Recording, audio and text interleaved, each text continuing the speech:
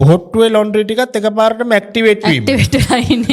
ඒක ඇයි එහෙම වෙන්නේ කියන එක. දැන් ඒගොල්ලෝ කියන විදිහට තජුරීන්ගේ ඝාතනය තජුරීන් මරලා නැත්තම් කවුරුත් තජුරීන් රියානතුරකින් නම් මැරිලා ඉන්නේ. හරිද? ඒක රාජපක්ෂලා කී සම්බන්ධයකුත් නැත්තම් කිසිම කෙනෙක්. ඔව් එතකොට මිද්දනීය කජ්ජත් රාජපක්ෂලා කවුරුත් නෙමෙයි නම් නේද? එතකොට මොනවාද තව කවුද? සම්පත් මනම්පේරිත් පොහොට්ටුවෙන් ඡන්දෙ ඉල්ලුවා. නමුත් මේ චෝදනාපුවම එයාවත් පක්ෂ තහනම් කරලා ඒව කරලා තියෙනවනම් පක්ෂ කිසි සම්බන්ධයකුත් නැත්තම් සම්පත් මනම්පේරිට එයා කරපු මොනවා හෝ දෙයක් එයා පුද්ගලික මට්ටමින් නම් කළේ. අයිස් හැදුවා හරි ආයුධ දුන්නා හරි කරපු මොනවා හෝ දෙයක් පුද්ගලික මට්ටමින් නම් කළේ.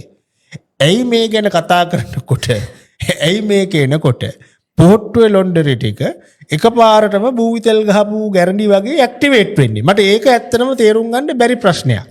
සංජය වැදිරිමාන්න කියනවා ඉතා තදින් අවධාරණයෙන් අපි කියනවා ආණ්ඩුවට නීතිය නමන්න එපා.